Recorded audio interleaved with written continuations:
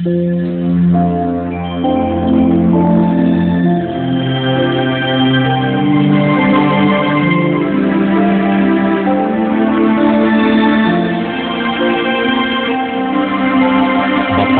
ang bumabasa at ang nangakikinig ng mga salita ng hula at tumutupad ng mga bagay na nasusulat doon, sapagkat ang panahoy malapit na.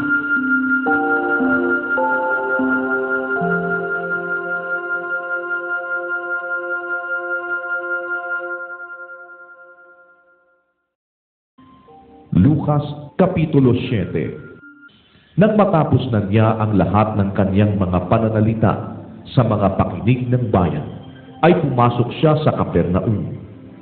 At ang alipin ng isang senturyon na minamahal nito ay may sakit at malapit ng mamatay. At nang marinig niya ang tungkol kay Jesus, ay pinaparoon niya sa kanya ang matatanda sa mga Hudyo na ipinamanhik sa kanya na pumaroon at iligtas ang kanyang alipin. At nang magsidating sila kay Jesus, ay ipinamanhik nilang mapilit sa kanya na sinasabi, "Karapat-dapat siya na gawin mo sa kanya ito, sapagkat iniibig niya ang ating bansa at ipinagtayo niya tayo ng ating sinagoga." At si Jesus ay sumama sa kanila.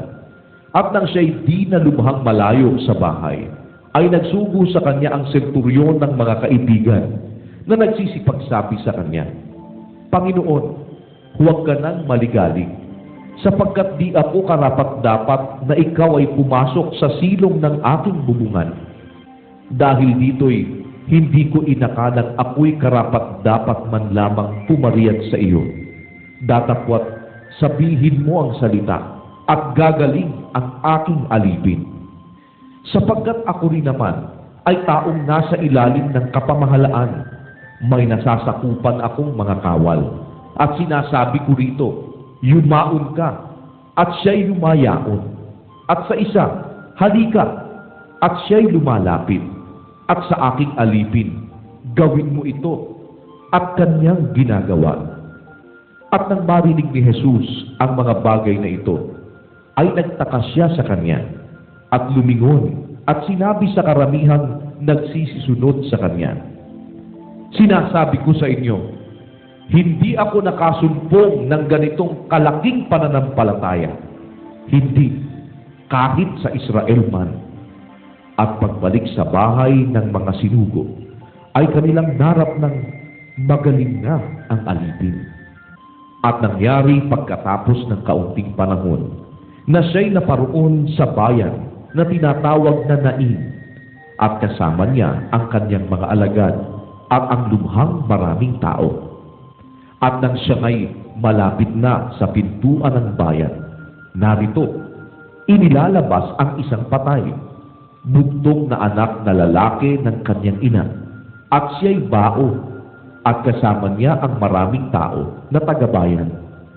At pagkakita sa kanya ng Panginoon, siya'y kinahabagan niya, at sinabi sa kanya, "Huwag kang tumangis." At siya'y lumapit at hinipo ang kabao. At ang nangagdadala ay tumigil. At sinabi niya, "Binata, sinasabi ko sa iyo, magbangon ka." At naupo ang patay, at nagpasimulang magsalita, at siya'y ibinigay niya sa kanyang ina. At sinidla ng takot ang lahat, at niluluwalhati nila ang Diyos na sinasabi, "Lumitaw sa gitna natin ang isang dakilang propeta, at dinalaw ng Diyos ang kanyang bayan." At kumalat ang balitang ito tungkol sa kanya sa buong Judea at sa buong palibot-libot ng lupain. At ibinalita kay Juan ng kanyang mga alagad ang lahat ng mga bagay na ito. At sa pagpapalapit ni Juan sa kanya ng dalawa sa kanyang mga alagad, ay sinugo sila sa Panginoon na nagpapasabi, "Ikaw ba gayaong paririto o hihintayin namin ang iba?" At pagdating sa kanya ng mga tao, ay kanilang sinabi, "Pinaparito kami sa iyo ni Juan Bautista, na ipinasasabi, ikaw ba gayaong paririto o hihintayin namin ng iba? Nang oras na yaon ay nagpagaling siya ng maraming may sakit at mga pagkasalo at masasamang espiritu, at kanyang pinagkaloobang makakakita ang maraming bulag. At sumagot siya at sa kanila'y sinabi, "Magsiparoon kayo at sabihin ninyo kay Juan ang mga bagay na inyong nangakita at nangarinig.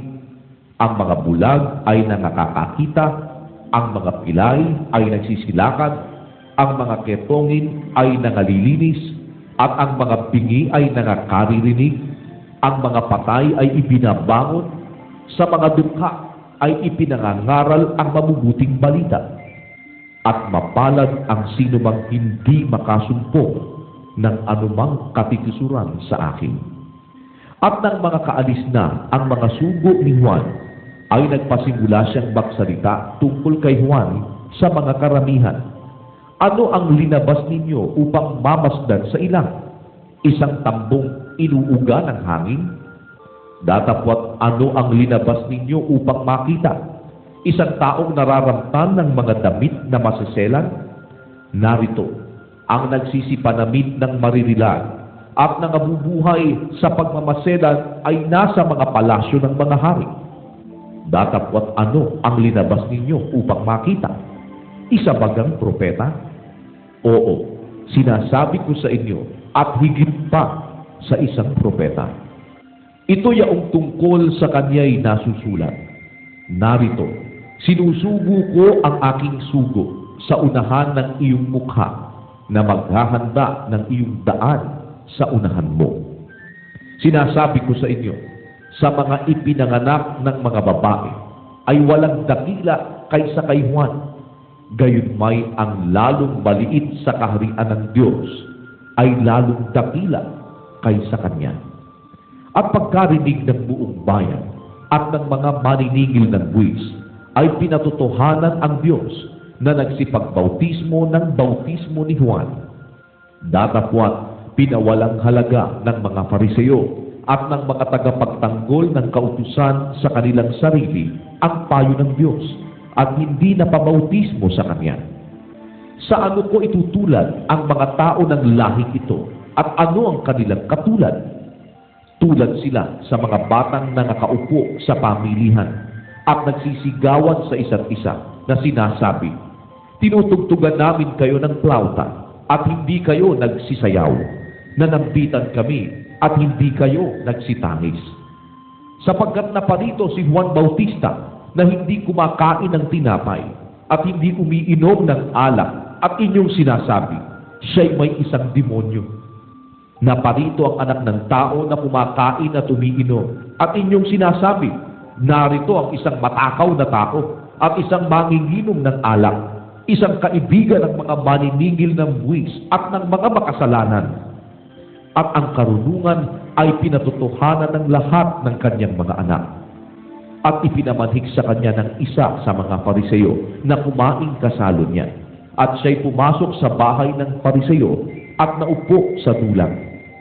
At narito, ang isang babaeng makasalanan na nasa bayan, at nang maalaman niyang siya'y nasa dulang ng pagkain sa bahay ng Fariseo, ay nagdala siya ng isang sisidlang alabastro na puno ng unggwento, at nakatayo sa likuran sa kanyang mga paanan na tumatangis, ay pinasimulan niyang dinilig ng mga luha ang kanyang mga paa, at ang mga ito'y kinukuskus ng buhok ng kanyang ulo, at hinahagkan ang kanyang mga paa, at pinapahiran ng unggwento. Nang makita nga ito ng Fariseo na sa kanya'y nag-anyaya, ay nagsalita sa kanyang sarili na sinasabi, ang taong ito, kung siya'y isang propeta, ay nakikilala niya kung sino at kung ano ang babaeng ito na sa kanya'y humihipo na siya'y makasalanan. At pagsagot ni Jesus ay sinabi sa kanya, Simon, ako'y may isang bagay na sasabihin sa iyo. At sinabi niya, Guro, sabihin mo. Isang may pautang ay may dalawang may utang sa kanya, at ang isa'y may utang na 500 denaryo, at ang isa'y 50. Nang sila'y walang maibayad, ay kapwa pinatawad niya. Alin nga sa kanila ang lalong iibig sa kanya?